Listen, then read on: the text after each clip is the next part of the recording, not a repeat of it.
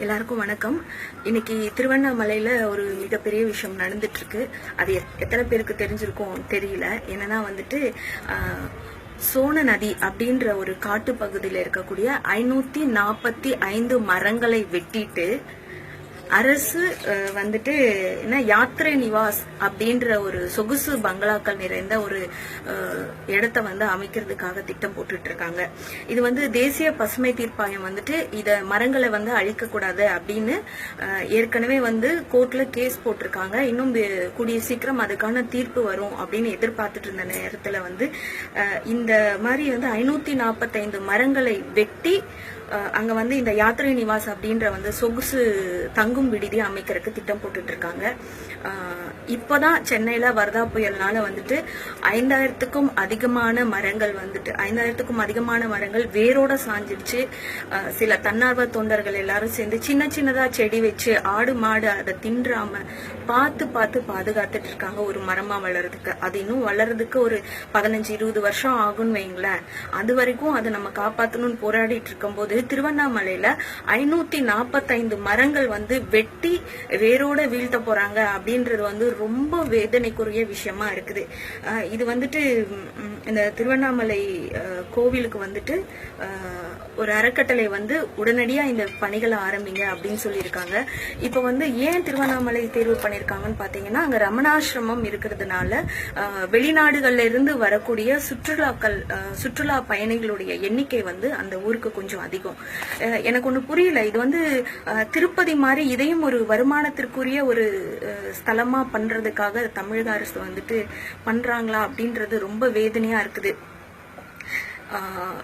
இந்த விஷயம் நம்ம ஒவ்வொருத்தரும் ஒரு மரம் வச்சு வளர்த்து அதை பெருசாக்கி பாக்குறதுக்கு முன்னாடி இங்க இருக்கக்கூடிய இந்த 545க்கும் அதிகமான மரங்கள் நம்ம பிறக்கிறதுக்கு முன்னாடி இருந்தே பல வருடமாக வளர்ந்து நிற்கக்கூடிய மரங்கள். அந்த காட்டு பகுதியை அழிச்சிட்டு இப்படி ஒரு விஷயம் நடந்துகிட்டு இருக்குது. இன்னைக்கு காலையில 10 மணில இருந்து அங்க இருக்கக்கூடிய திருவண்ணாமலை சகோதரர்கள் 6 மணி வரைக்கும் அனுமதி பெற்று ஒரு போராட்டம் நடத்திட்டு இருக்காங்க. எந்த ஒரு பத்திரிகையிலையும் எந்த ஒரு செய்தியிலையும் தலைப்பு செய்தியா இந்த விஷயம் வரல அப்படின்றது அவமானத்துக்குரிய விஷயம். ரொம்ப லீடிங்கான ஒரு பத்திரிகையில முதல் பக்கத்துல பாக்குறேன், பாலியல் வன்கொடுமைக்கு ஆளான நடிகைக்கு நிச்சயதார்த்தம் நடந்தது அப்படின்னு மணப்பெண் கோலத்துல அவங்களுடைய மாப்பிள்ளை பொண்ணுடைய போட்டோ போட்டிருக்காங்க. தயவு செய்து இயற்கையை காப்பாற்ற வேண்டியது நம்ம ஒவ்வொருத்தருடைய கடமை. எந்த மதத்தை சேர்ந்தவங்களா இருந்தாலும் சரி, இந்த பூமி இம்மை வாழ்க்கை இது மாயையாக இருந்தாலும் இந்த மண்ணை தான் நம்மளுடைய பிள்ளைகளுக்கு நம்ம விட்டுட்டு போகக்கூடிய சொத்து. இத பாலைவனமா நம்ம விட்டுட்டு போனோம் அப்படின்னா இன்னைக்கு நம்ம கண்ணால பாத்துட்டு இருக்கோம் உணவு பஞ்சத்துல எத்தனை லட்சக்கணக்கான உலகத்துல செத்துட்டு இருக்காங்கன்னு. திருவண்ணாமலைன்றது தமிழகத்துல ஏதோ ஒரு மாவட்டம். கோயம்புத்தூர்ல அழிச்சாங்கன்னா நான் கேள்வி கேட்கிறேன், சென்னையில சேலத்துல இதெல்லாம் தான் நேட்டிவ், அங்க அழிச்சா நான் கேள்வி கேட்கிறேன் அப்படின்னு நினைக்கவே கூடாதுங்க. ஒவ்வொரு நிமிஷமும் நம்ம சுவாசிச்சுக்கிட்டு இருக்கிற ஆக்சிஜன் மரங்கள் மட்டும் தான் நமக்கு கொடுத்துக்கிட்டு இருக்கு. நீங்க உலகத்துல எந்த மூலையில இருந்தாலும் சரி, ஒவ்வொரு நிமிஷமும் ஆக்சிஜனை சுவாசிக்கும் ஒவ்வொருத்தரும். இங்க மரம் வெட்டப்படுவதை நம்ம நிறுத்தி ஆகணும். இது நம்மளுடைய பொறுப்பு, நம்மளுடைய கடமை. இதை நம்ம யாருமே மறந்துடவே கூடாது. இன்னொரு முக்கியமான விஷயம் என்ன அப்படின்னா மரங்களை வெட்டிட்டு ஒரு சொகுசு விடுதி கட்டி என்ன பக்தியை வளர்த்த போறாங்க, எங்க இறைவனை பார்க்க போறாங்கன்றது ரொம்ப வேதனைக்குரிய விஷயம் இது.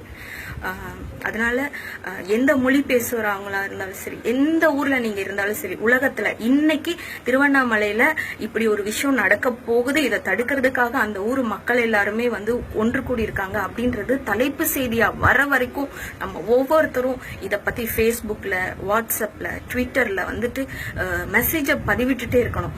என்னால போய் நேரடியா திருவண்ணாமலையில போராட முடியாது அப்படின்னாலும் பரவாயில்ல, இந்த சோசியல் மீடியா மூலமா இந்த மரங்கள் வெட்டப்படுவதை தலைப்பு செய்தியாக வரும் வரைக்கும் நம்மளுடைய பதிவுகளை நம்ம போட்டுக்கிட்டே இருந்தோம் அப்படின்னா 545 மரங்கள் காப்பாற்றப்படும். நம்மளுடைய குழந்தைகளுக்கு ஒரு பசுமையான மண்ணை அப்பதான் நம்ம விட்டுட்டு போக முடியும்.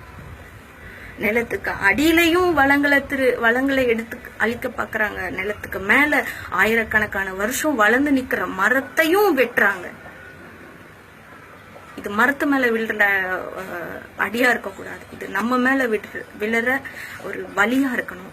இந்த வீடியோ பார்த்துட்டு இருக்கிறவங்க ஷேர் பண்ணுங்க, குரல் கொடுங்க, வாட்ஸ்அப் பண்ணுங்க, நிறைய பேருக்கு தெரியப்படுங்க. தலைப்பு செய்தி ஆகிற வரைக்கும் அந்த 545 மரங்கள் வெட்டப்படுவது தடுக்கிற வரைக்கும் இதை நம்ம ஒரு பெரிய விஷயமா கொண்டு போகணும்.